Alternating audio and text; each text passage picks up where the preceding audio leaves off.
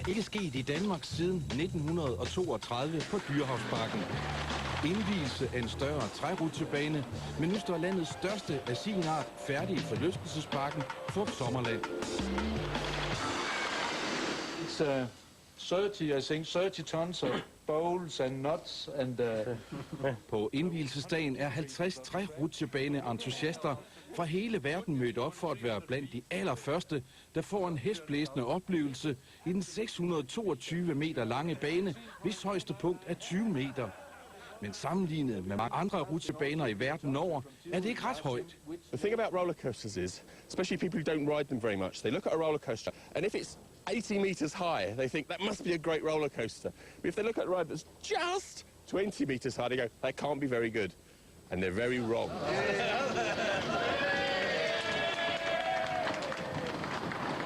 Flere af entusiasterne har taget turen helt fra USA for at være med til indvielsen. Bill Beatty fra Florida er en af dem. Siden han var 9 år, har hans alt overskyggende hobby været rutsjebaner over hele verden. Absolutely terrific. You've got a winner here. In the whole country, you're as good as they come. You should be very grateful, very proud, but enjoy it. And I really appreciate being the first one on the ride. Thank you very much. you come all the way from Florida. Why? Yes, to ride it. Why?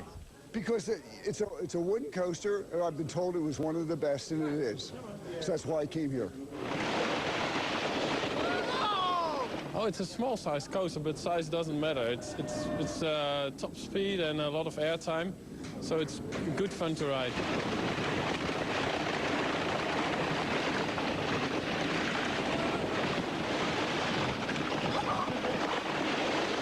Nu har vi virkelig fået en dom af nogle professionelle folk, der ved noget om rutsjebaner, og de har virkelig givet den en topkarakter. Det synes jeg, det er dejligt at høre. Så det synes jeg, så har vi lavet et godt stykke arbejde. Så ved jeg, at så vil familien Danmark vel også have det rigtig godt i den her bane. I mere end 10 år har de haft en drøm om en rigtig stor trærutchebane i Fårup Sommerland. Sommeren 2003 ankommer den første lastbil, som er det allerførste læs af 560 tons fyrretræ, sejlede til Danmark helt fra Arkansas i USA. Det er en glad direktør, Søren Kragelund, der tager imod. Hvor mange læs er? 6 eller 38. 6 eller 38. Så det er nok resten. Men de kommer sådan lidt røsende, nogle af dem. Endelig er drømmen ved at gå i opfyldelse.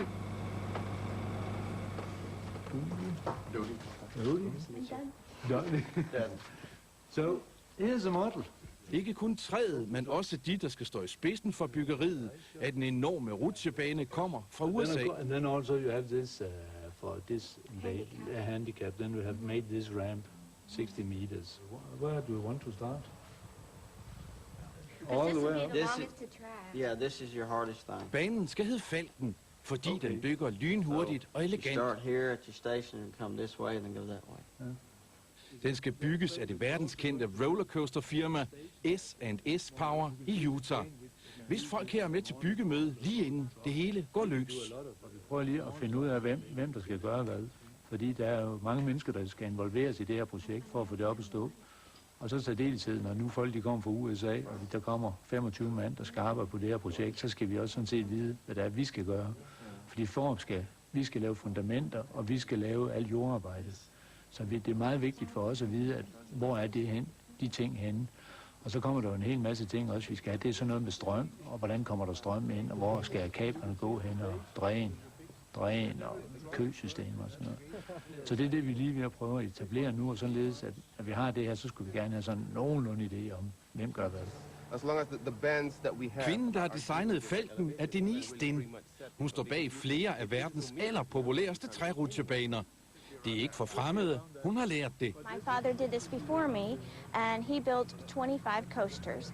He started back in the 60s doing wooden coasters, reviving the wooden thrill coasters. And then he retired in 1980, and then I took over the business. And to date, we have done almost quite 40 coasters. This will make our 41 coaster that we've done. 3 points. 3 points, So you don't... Yes. 3 separate level. Yes. I would say everybody's going to enjoy it. Even the older people will like it as well. It'll bring back memories of riding coasters when they were younger. Are you going to do this? No. Or you want to do this? When you come in June, when it's not as hot, it will go a little bit slower. When you come back in August, it picks up speed because of the heat and the sunshine and the oil on the track. It goes faster. And a wooden coaster seems more rickety and it seems more open top, like, oh, the car's going to come off the track, and you hear all these noises. And I think that's what makes it unique and special.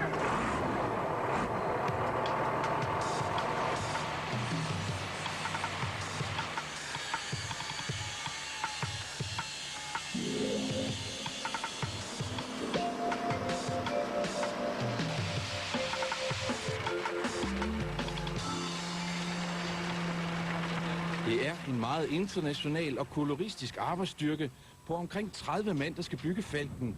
Et amerikansk byggesjak fra Alabama, suppleret med en flok mexikanere, lokale håndværkere og så en række unge sæsonarbejdere fra forlystelsesparken, som har fået lov at blive også i vinterhalvåret. Men tilsyneladende så fungerer samarbejdet. It's good. It's real good. I enjoy working with the Danish. They learn quick.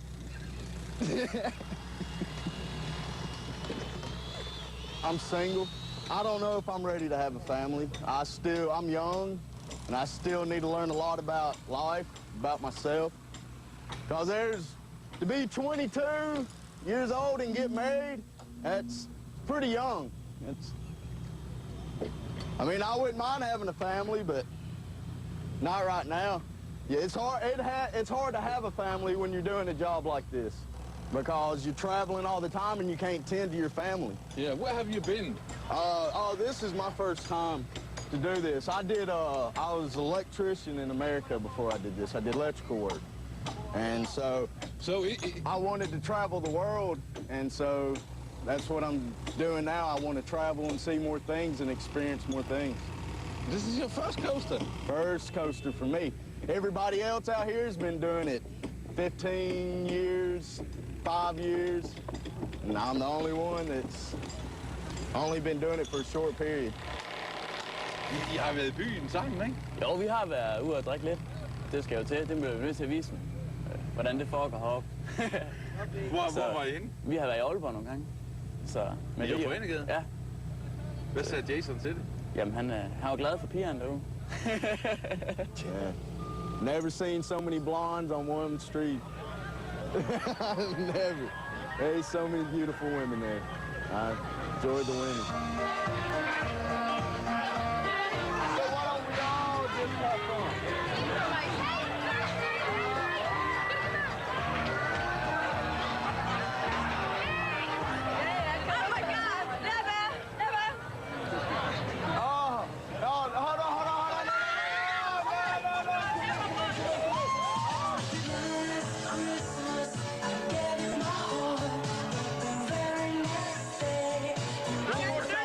A little bit more emotion. Oh, yeah!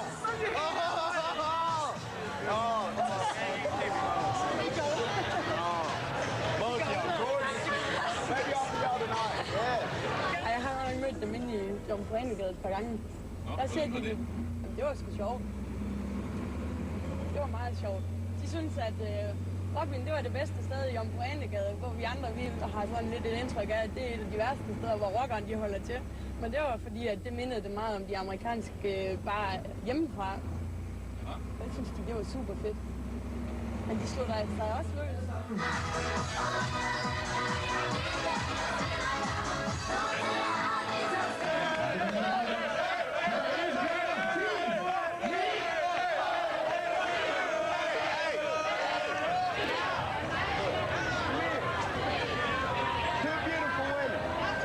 Jeg var glad for pigerne derude. What did you say? Nothing. Så han har også fundet en bitte pige derude, det kan jeg vist godt sige. Anything that y'all want to do. This is Jason John Law. The woman I met, she was very sweet. She did anything for me. And it's hard to find that in America. A woman, they want to find the money first and then the love. Here they want to find the love first. y te vienen a contar cositas malas de mí. Manda todos. Det er begrænset, hvor meget mexikanerne går i byen. Arbejdsdagene er lange. 10 timer hver dag, 6 dage om ugen. Og så tænker de mere på at kunne forsørge deres familier derhjemme. But sometimes we gotta go to work. Sometimes we gotta do something, you know. Travel. So. Don't you miss your kids? Oh yes, I do. A lot. De er jo ikke hjemme ret meget, men er hele tiden ude og sætte en ny rutchebane op. Så vidt jeg ved, så når de er færdige her, så har de allerede en anden rutchebane, som de skal i gang med. That's my little girl. That's my medium boy. That's my wife right now. She's the mom of these 2 kids. And that's my ex-wife. And I was 19. She was 15 right there. And that's my older boy. Det må da også være spændende for dem at komme herover, selvom de godt nok synes, der er lidt koldt og lidt dyrt at bo, men alligevel, de får da også set noget. De får altså også en på opleveren. Den 28-årige Bente Ravn er egentlig uddannet landmand, men hendes ryg driller, og allerhelst så vil hun køre maskiner. Ja, men altså, jeg har også godt nok arbejdet med både gris og køer, men det var mest det der markarbejde, at jeg ville. Men det kan godt være lidt svært at komme ind nogle steder som pige og køre maskinerne. De fleste, de vil jo helst have dem, der har erfaring, men den er svær at få, når man ikke kan komme ind nogle steder. Ligesom Bente Ravn er mange af de andre danskere her kun for at tjene penge, så de kan komme ud at rejse. Her er de nyuddannede økonom og lærerstuderende på orlov, der er i sving med at spænde rutsjebanens ben fast i betonfundamentet. Jeg har haft hovedet i en bog i 3 år nu, og jeg trænger ligesom til et afknæk derfra. Og så synes jeg, at jeg begyndte på studiet i en rimelig ung alder, og jeg kunne godt bruge noget mere erfaring, inden at jeg ligesom kommer ud. Jeg er lige blevet færdig som markedsføringsøkonom her til sommer. Har egentlig ikke søgt nogen job, fordi at, jeg er helt vild med at være heroppe. Som sæsonarbejder, ja, det har været i sommer, og det har været de sidste mange år sammen med Børge der. Og det er sgu egentlig meget skægt. Vi hygger os. Hvad så? Skal du aldrig ud? Vel? Jo, jeg skal sgu så. Men nu tager vi lige det her, så tænkte jeg, at jeg har også en idé om, at jeg gerne vil rejse, så det tror jeg nu også, jeg skal her til januar. Jeg har jo rejst før, og så har jeg så lyst til at tage ud og rejse igen, og når jeg bliver færdig, så plejer det at være lidt svært at lige at få tid til det. Det bliver så meget eventyrlyst af alle jer, der går. Det tror jeg. Jeg tror, at det er jo hovedsageligt unge mennesker, så er de fastansatte, der går her. De kommer nok ikke så langt. En tur til Greta, det er nok, hvad det bliver til. Jeg ved ikke, om det lige bliver til noget godt nok. Hvorfor ikke? Nej, så har jeg lige fået kæreste på, og så er den anden, der lige pludselig trækker, synes jeg. Men det er så, hvad det er. Men så kan jeg tjene nogle penge i hvert fald, og få afbetalt noget af den gæld, jeg nu sidder inde med. I januar tager jeg til USA igen, og så tager jeg en uge til Hawaii, tror jeg, bare sådan lige at ligge på stranden. Og så ved jeg ikke rigtig, så tror jeg måske, jeg godt kan tage til Østen, sådan hen i februar og marts.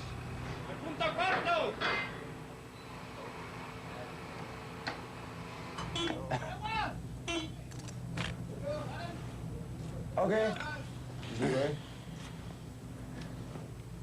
En la Layer, a 4 pulgadas, nomás esa que quedamos altas, digo bajo en la Layer, esa no la clava. De veksler sådan lidt mellem spansk og amerikansk og sådan lidt. Og sådan lidt pisken. Ja, tegnsprog. Jeg var egentlig tilfreds nok med, at det ikke er mig, der kravler rundt der. Ja, det lyder det også.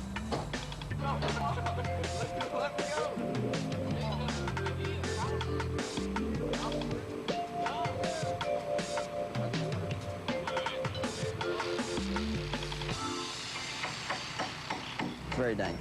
It's a very dangerous job. Have you ever seen somebody falling down? No, not since I've been doing it. No, never. But it's cold. It's frosty. Yeah. Yes. So it makes it even worse. But doing walkboard, you see you're on the walkboard and there's no line to hook to above you, so you just use your positioner. When you're in the structure, you use your lanyard and a lifeline. That way, if you slip, the lifeline will save your life. Maybe in about a month you come back, all the coaster will be up. This is your tallest point, hardest to build, hardest to stand, everything. Hardest to climb. This is the hardest point. The rest of it will be downhill, be easy. Fast. So, but you need this first? Listen, this first. I know you shot down through there, but you didn't shoot up this way. No. Where do we stop? Byggeriet af rutsjebanen går overraskende godt. Man er foran tidsplanen. Ej, vi skal sgu godt nok lige have det der til at køre. Hvad? Men det går sgu stærkt. Det er også der, vi skal have de mål. Først så går vi fandme i stå. Så meget, at landmåleren slet ikke kan nå at følge med mexikanerne og amerikanerne. Det hele er tæt på at gå i stå, fordi der ikke er afsat mærker nok, hvor banen skal stå. All the way out, far as you can go, far as they got concrete. Okay. Klaus is not the guy. He's the guy. He's the guy to the decision. Klaus. Du kan godt se, at der holder en stor kran her bagved. Og den har ikke rigtig noget at lave, fordi vi kan ikke sætte dem højere nok. Det var for mig. Godt. And 3 centimeter til venstre. 2 mere.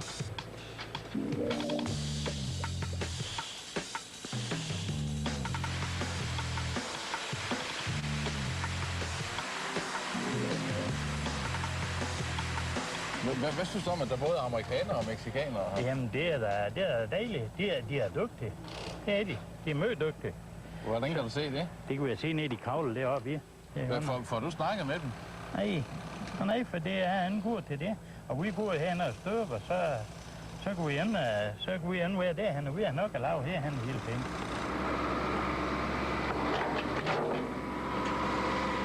En anden, der har travlt, er oceaneren her, der er ved at lave forskalling til støbningen af det sidste stykke fundament. Fagforeningen har fortalt ham, at han mangler omkring 800 timer for at kunne komme på efterløn. Så fik han job i Fårup Sommerland. Jeg ville gerne have noget arbejde, og så var det, jeg henvendte mig for at komme i gang med at få noget arbejde.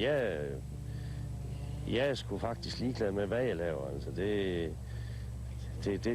er uden betydning for mig. Altså, bare jeg laver et eller andet, ikke? Hvorfor har du hjulpet ham? Ja, det er fordi, jeg synes, det var synd, at han ikke kunne få den der efterløn, og så passede det fint med, at han kunne arbejde hele sommeren, ikke? Altså kom der, så sagde han, så kom han til at lige pludselig lade det ord falde om, han mangler de der 600 timer, så kunne han få efterløn. Så du synes, det var synd for Det synes jeg sådan set var lidt synd, ikke? Og så var han fortalt, at han har været byggeleder hos F.L. Schmidt før, ikke? På nogle store byggepladser. Så tænkte jeg, det kan godt være, ikke? Når vi har den her plads nu. Så tænkte jeg, så er det da fint, ikke? Og så, vi skal jo bruge nogen, ikke? Og så kan vi lige så godt give ham de 600 timer.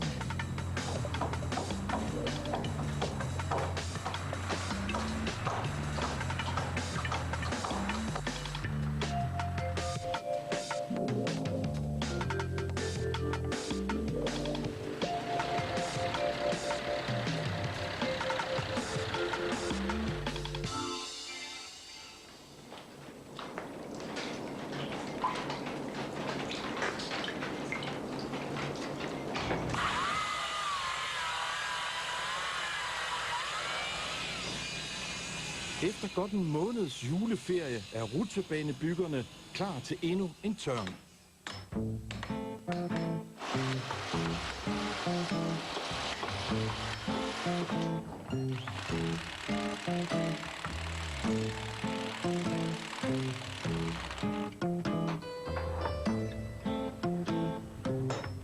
I hadn't really been doing much. I just bought me a new truck. I love to bowl. My favorite thing to do is tennis. I did some tennis while I was back home. And I bought a new system for my truck. I spent quite a few $1,000s, but I had fun doing it, no doubt. Didn't buy no new clothes though, because fuck it. I don't care. As long as I got my wheels and my system in my truck. What kind of car do you have? I got a 93 GMC Jimmy with a leather interior. It's 4-wheel drive. Just a basic truck. Back home, you gotta have a truck in America. Got to. You gotta be able to haul women around.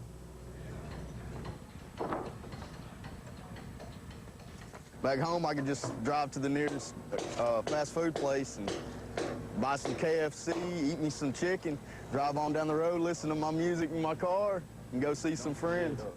Mens mexikanerne og amerikanerne arbejder i Fårup Sommerland, bor de i et feriecenter i blokhus. Sir, this is basically all y'all have in y'all stores. In America, we have pizza that thick in the stores with everything on it. Like this, I have to put all this stuff on it because don't eat like us Americans. We like to eat good.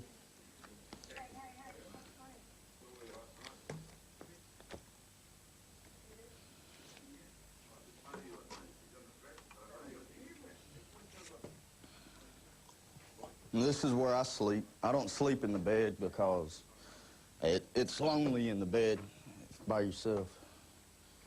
So I only watch Danish television at night, and that's only when American shows are on, like Frasier and Will and Grace and all that. And then after all that goes off, then I put in a DVD and start watching my movies because I can't understand it.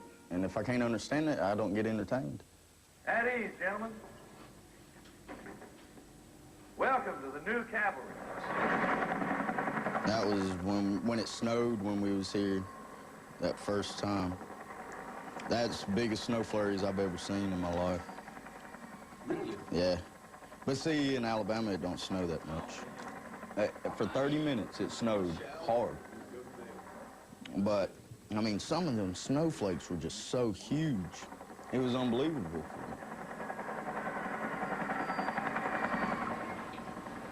I'll give you something to marvel at. Oh. That's a stick. God just made you hard-headed.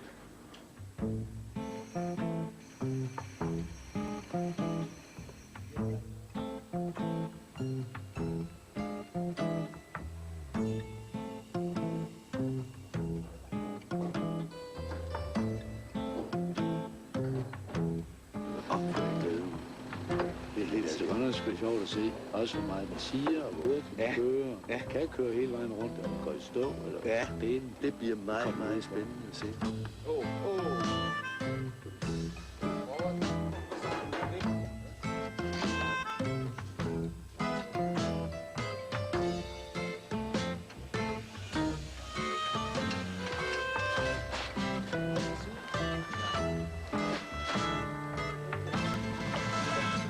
Alt der er grønt, det er i gang. Så er du bladret deroppe i menuen. Selve byggeriet af banen er næsten overstået. Vognene fra Tyskland er kommet, og det gøres klar til den allerførste testkørsel.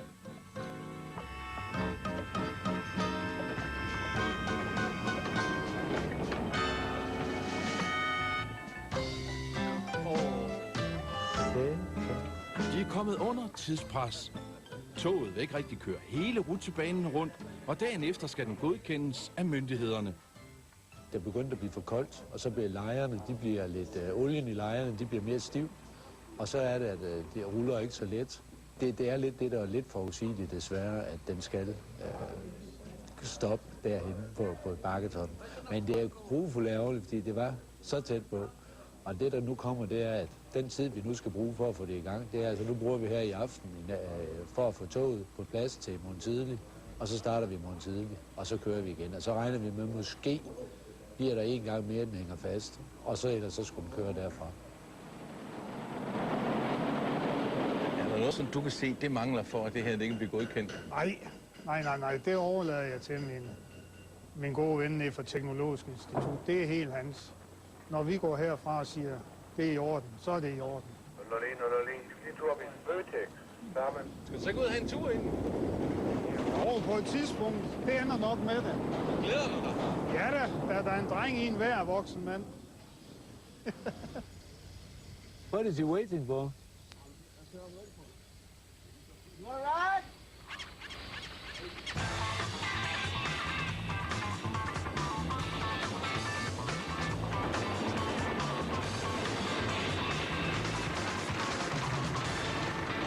Der var alle de her buler, der skal være, og bakke op ad bakkerne og lignende, så det var virkelig godt. Jo, jeg synes, det er fint. Lang tur, god tur. Hvordan har du det? Ja, det er godt. Det er dejligt. Det er dejligt, at nu har jeg arbejdet nu her med det her projekt lige siden 91, og så er det lige pludselig lykkedes det. Sådan en dag med solskin og det hele, og sådan skal det være. Det var rigtig godt. Er ikke sådan, du er bange undervejs? Jo, de så først fald, der kommer, der kan man godt frygte for, at man flyver ud. Det må jeg sige. Men det var godt. Det var rigtig godt.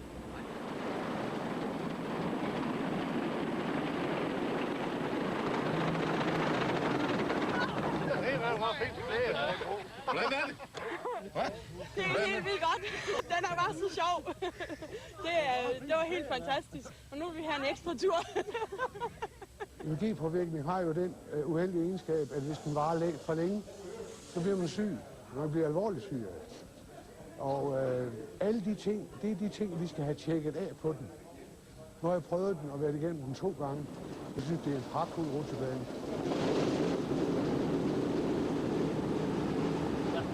Left, I think. We hope. Nu kommer vognene til at køre med belæsset med sandsække i en 3 timer. Og der går vi stille og roligt rundt og kigger på hele opbygningen. For at se, hvordan står stolperne. Er der noget, der giver sig og vibrerer mere end rimeligt er? Er der det, så laver vi nogle målinger på det. For at se, om vi ligger ud over det, som materialet kan være. Men så sådan den første overordnede, hurtige vurdering er, jeg tror ikke, der er noget at finde.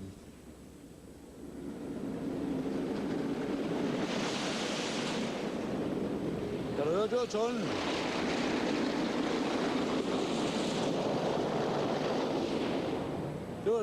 Det var tunnelen.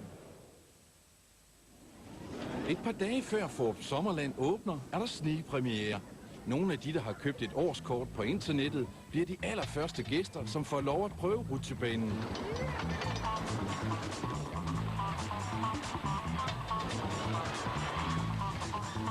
Når man kører helt op fra, så suser man bare ned, og så kan man så sidde og letter man på sædet, og man kan ikke trække vejret, og så når man kører rundt derovre, det er bare rigtig sjovt.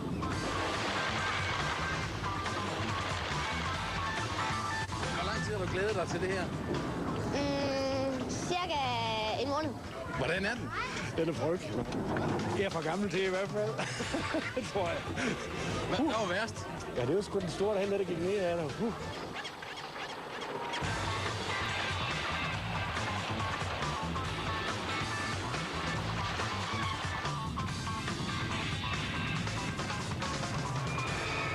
The most interesting thing I've seen in Denmark,